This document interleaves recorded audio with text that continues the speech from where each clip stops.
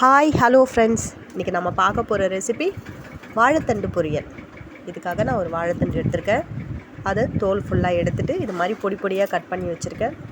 இப்போது இதில் நார் இருக்கும், அதுக்காக நான் கருவேப்பிலை குச்சியெல்லாம் சேர்த்து வச்சு இதில் வச்சு தான் இப்போ எடுக்க போகிறேன்.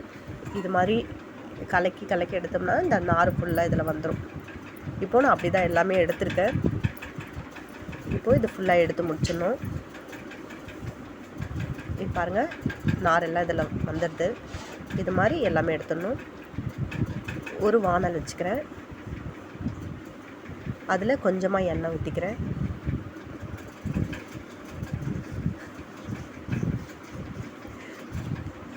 கொஞ்சம் கடுகு சேர்த்துக்கிறேன்.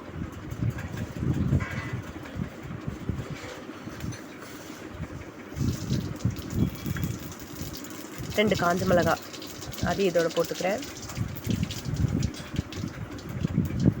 ஒரு 4-5 பல் பூண்டு தட்டி போட்டிருக்கேன்.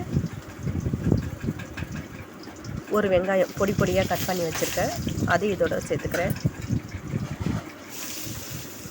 கொஞ்சமாக கருவேப்பிலை எல்லாமே சேர்த்து நல்லா வதக்கணும்.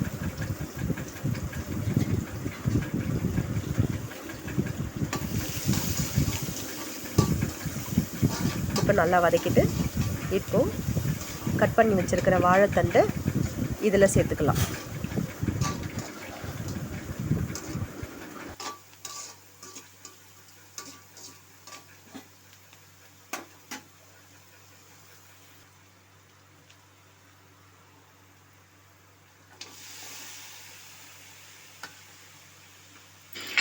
இப்போது இதையும் நல்லா வதக்கிக்கலாம். இதில் ஒரு 1/4 டீஸ்பூன் மஞ்சள்தூள் சேர்த்துக்கிறேன்.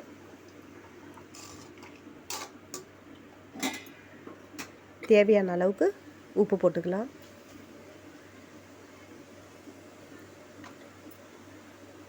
இப்போது நல்லா கிளறி விட்டுட்டு நான் ஒரு 1/4 டம்ளர் அளவுக்கு மட்டும் தண்ணி சேர்த்துக்கிறேன். இதற்கு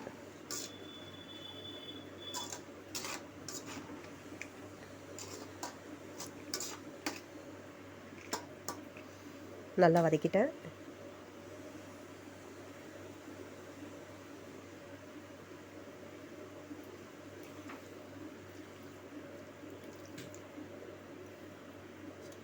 இப்போ நல்லா கிளறி விட்டுட்டு மூடி போட்டுக்கிறேன்.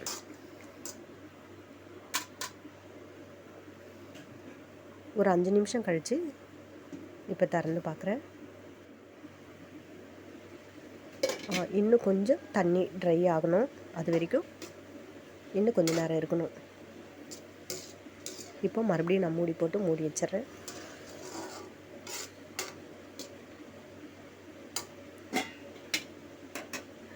இப்போ ஒரு மிக்ஸி ஜாரில் கொஞ்சம் தேங்காய் சேர்த்துக்கிறேன். நான் பொடி பொடியாக கட் பண்ணி வச்சுருக்கேன். அதில் ஒரு பச்சை மிளகாய், கொஞ்சம் ஜீரகம், இதையும் சேர்த்து கொஞ்சம் ரொம்ப நைஸாக இல்லாத ஓரளவுக்கு அரைச்சி வச்சுக்கிறேன்.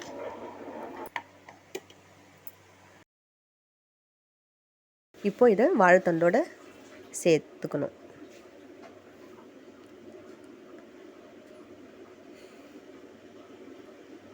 சேர்த்து இப்போ நல்லா கிளறி விட்டணும்.